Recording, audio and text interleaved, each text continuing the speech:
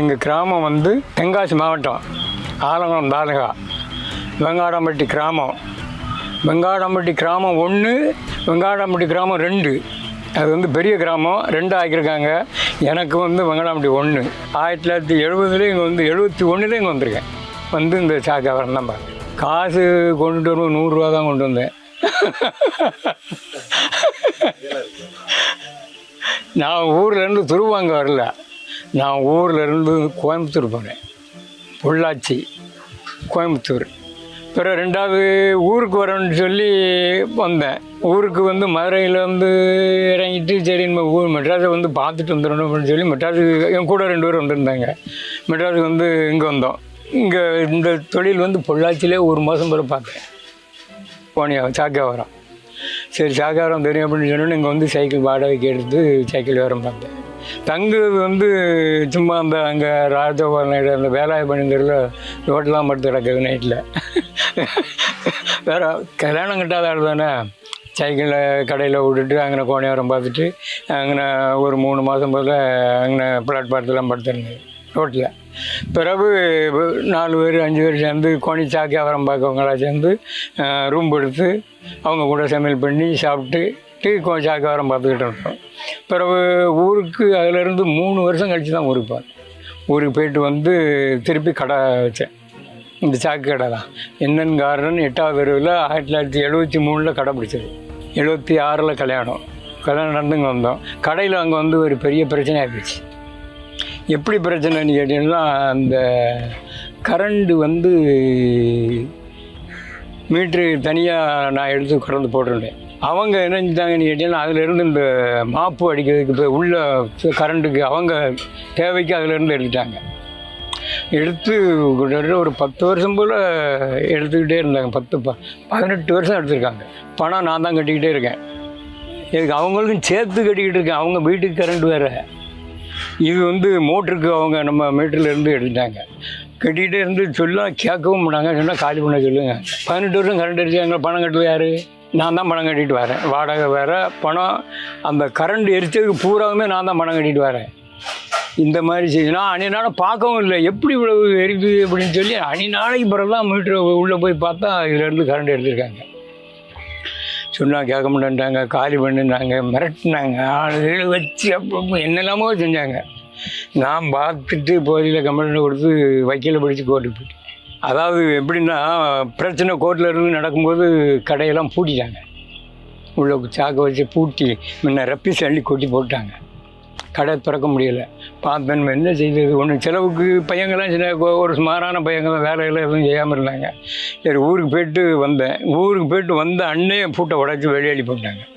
சாக்கு 3 நாள் மழையில் நனைஞ்சு 1 லட்ச ரூபா சாக்கு. நான் கணக்கு கொடுத்தது 80,000 ரூபா தான் கொடுத்துருக்காங்க. அன்னைக்கு 1 லட்ச ரூபா சரக்கு இருக்கும்.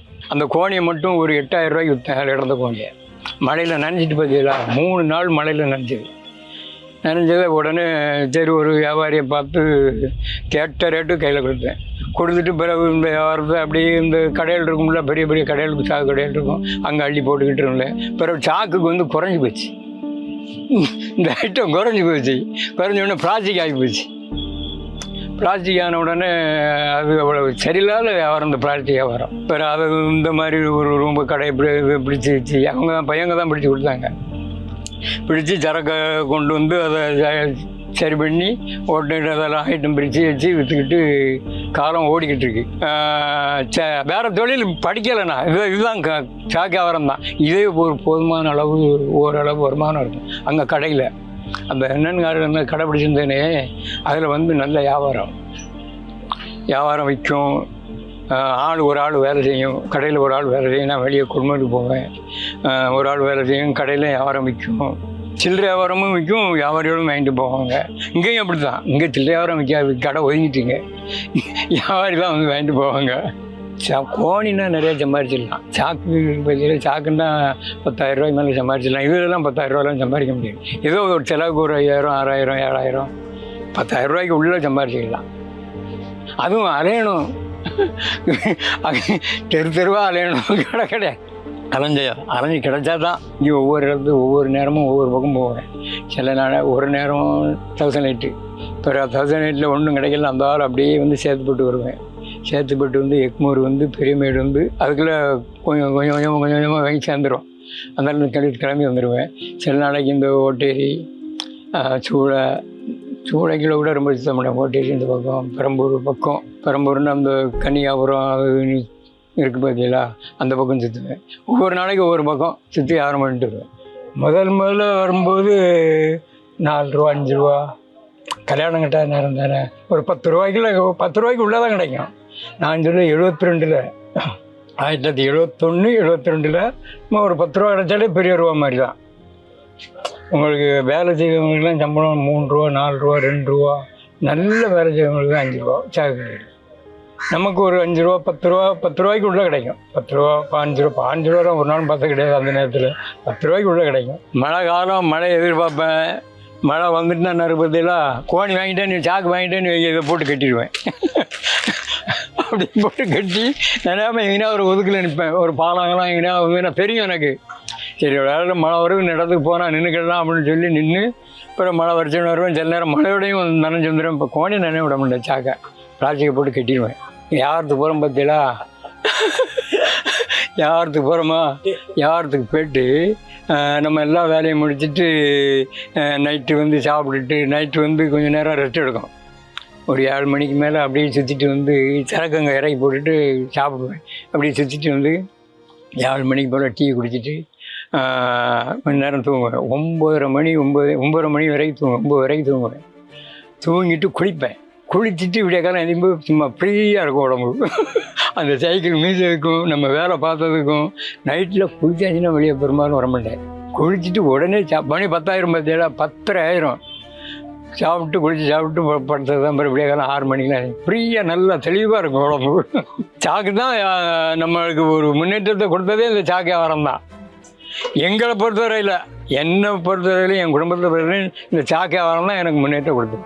எந்த தொழிலை பார்த்தாலும் இங்கே ஒரு தொழில் அதில் ஒரு தொழில் வச்சு அது சரியாக வராது.